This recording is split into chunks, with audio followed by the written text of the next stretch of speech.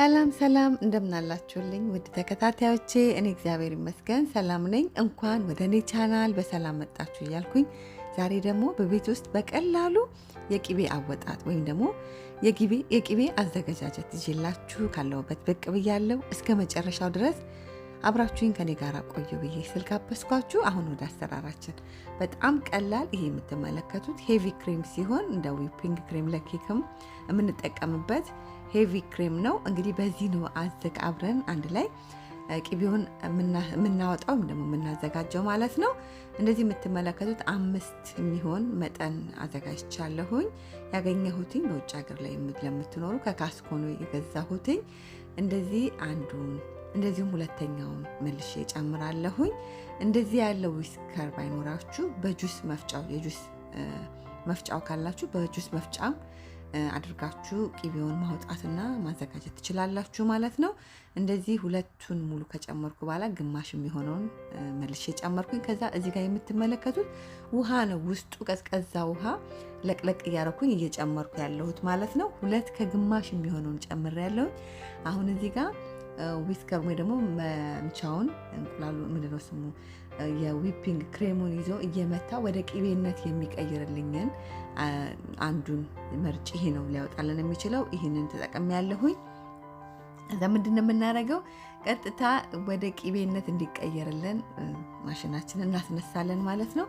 ከዛ ማሽኑ በእንደዚህ በሃይ ስፒድ አድርገን እንዲመታው እናደርገዋለን ማለት ነው። እንግዲህ ይሄ ዊፒንግ ክሬም በመጀመሪያ ለኬክ መጠን እንደሚሆነው እየወፈረ ሲሄድ ይሆናል። ከዛ በጣም እየመታ ነው ስንሄድ አላደለ ቅቤ ሲናጥ እየተናጠ ሲሄድ ያው እኛ ሀገር ያለው ይለያል፣ በውጭ ሀገር ላይ ደግሞ ሌላ ነው ማለት ነው። እንግዲህ ሄቪ ክሬም ስንል ሙሉ በጣም ብዙ በቅቤ በቅባት ወይ ደግሞ በቅባትነት የተሞላ እንትን ማለት ነው። እንግዲህ ወተታችን አሁን እኛ ወተትም እኛ ሀገር ተንጦ ከዛ ውስጥ ነው ቅቤው የሚወጣው። እንደዛው ይሄም ቅቤው ያልወጣለት ሄቪ ክሬም ማለት ነው። ለኬክ ለምን በውጭ ዓለም ላይ እንጠቀምበታለን ማለት ነው። እንግዲህ እንደምታዩት መጀመሪያ እንደ ዊፒንግ ክሬም ሆነ እንደ ኬክ ላይ እንደምንጠቀመው ሆነ። ከዛ በኋላ መልሰን ቅቤውን ስለሆነ ማውጣት የፈለግነው ዝም ብለን መልሰን እንመታዋለን። እንደምታዩት ተመልከቱት። አሁን ዝም ብሎ ከለሩ ነጭ የነበረው ራሱ ወደ ቢጫነት እየቀየረ መጣ ማለት ነው። አሁን ጥግጥጉን ያለውን አጥርተን ስፒዳችንን ጨመር አድርገን ውሃውን እንደምታዩት መርጨት ይጀምራል ማለት ነው። ከዛ ከውሃው ተለይቶ ለብቻው ቅቤውን ጥቅልል አድርጎ በምታዩት መልክ ቅቤያችን ይለይልናል ማለት ነው። በጣም ቀላል በቤት ውስጥ የእውነት ይህንን ቅቤ አንጥረ ነው ለምግብነት መጠቀም እንችላለን። ምንፈልግ ፀጉራችንን ቅቤ መቀባት በምንፈልግበት ጊዜ ፀጉራችንን ቅቤ መቀባት እንችላለን። በጣም ለጋ ውሃ ያለ ቅቤ ነው የምናገኘው ማለት ነው። እንግዲህ ምንም ነገር የሌለው ማለት ነው።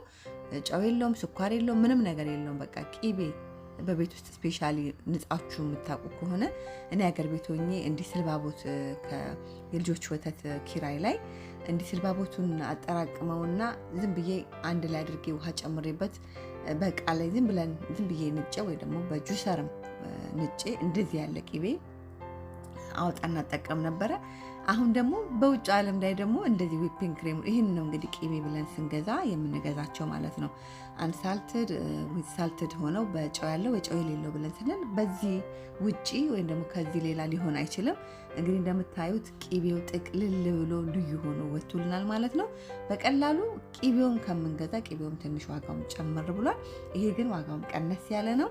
እንደገና በዚህ መልክ በቤት ውስጥ ካለን እሳየው ይሄኛው ሚክሰር ወይ ደግሞ ይሄኛው መቀላቀያ ካለን ማለት ነው።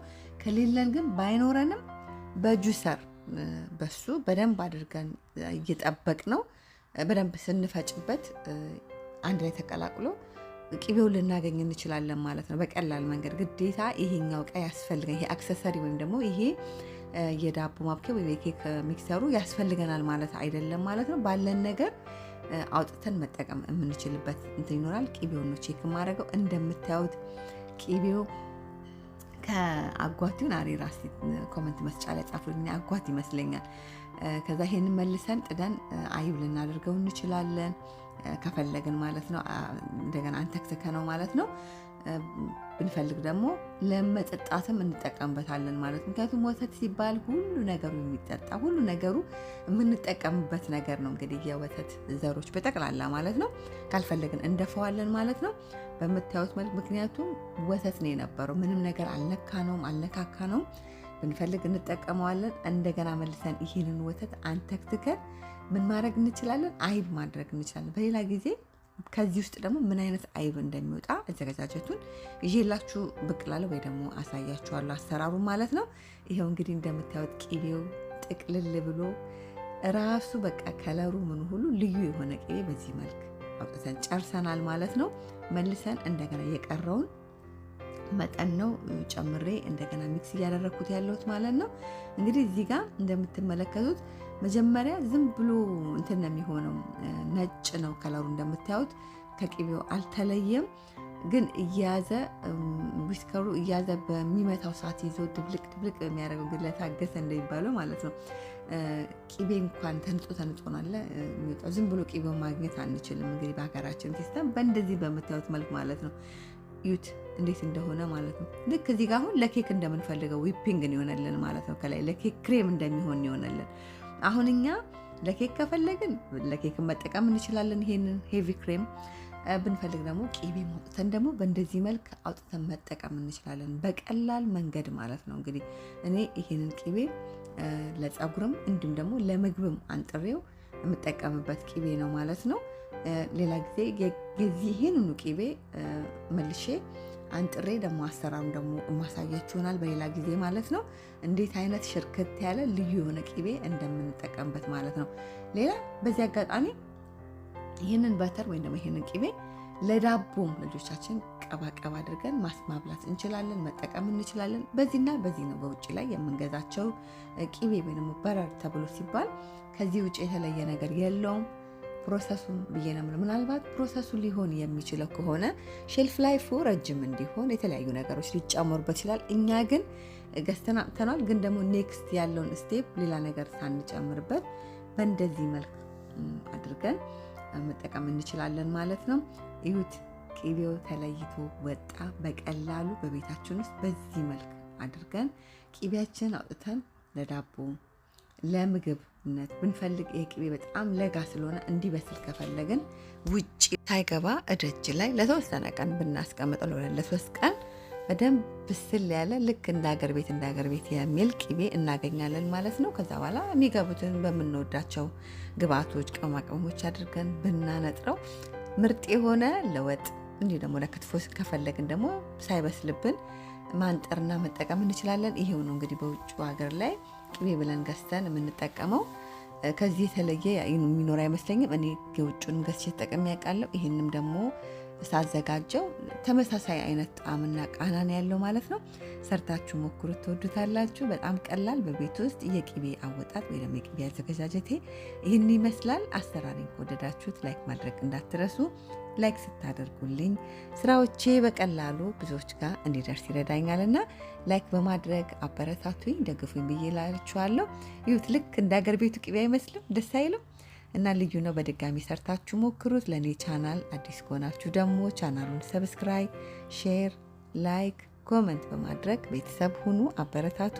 እንዲሁ ደግሞ ሰብስክራይብ፣ ሼር፣ ላይክ፣ ኮመንት እያደረጋችሁ ለምትደግፉኝ ለምታበረታቱኝ በሙሉ ከልቤ እያመሰገንኳችሁ በጣም ምርጥ ነው፣ ትወዱታላችሁ። ሀሳብ አስተያየት ካላችሁ ኮመንት መስጫ ላይ ጻፉልኝ፣ እኔ መመልስላችኋለሁ። እንድሰራላችሁ የምትፈልጉት ነገርም ካለ ኮመንት መስጫ ላይ ሼር አድርጉኝ። እኔም ደግሞ እንደዛው ሀሳባችሁን ስትሰጡኝ እንድሰራላችሁ የምትፈልጉትን ነገር ሰርቼ ሼር አደርጋችኋለሁ ማለት ነው። ከዛ በመጨረሻ ቅቤው ምንድነው የምናደርገው? ልክ እንደዚህ ውሃ ውስጥ ጭምር እናደርገዋለን ማለት ነው። ቅቤው እየያዘን ውሃውን እየቀየርንለት እያጠብን ወተት ነገር የሚቀረው ካለ እናጸደዋለን ማለት ነው። በጣም በቃ ልክ እንደ አገር ቤት ነው። ቅቤ እንግዲህ ውሃ ውስጥ ነው የሚገባለ። ወተቱ ከላዩ ላይ እንዲወጣለት እንዲያደርገን እጥብ እናደርገዋለን ከፈለግን ማለት ነው። በጣም ልዩ ነው፣ ተወዱታላችሁ። በቀላሉ በውጭ ሀገር ስፔሻሊ የምትኖሩ ሰርታችሁ ሞክሩት ብዬ እላለሁኝ። በድጋሚ በቤት ውስጥ በቀላሉ የቂቤ አወጣጥ ይሄንን ይመስላል። አሰራሬን ከወደዳችሁ ላይክ ማድረግ እንዳትረሱ። እግዚአብሔር ቢፈቅድ ብንኖር በሌላ በአዲስ ስራ እስክንገናኝ በያላችሁበት ሰላም ሁኑልኝ። እግዚአብሔር ከእናንተ ጋር ይሁን። ሀገራችንን ሰላም ያርግልን። ሰላም ሁኑልኝ።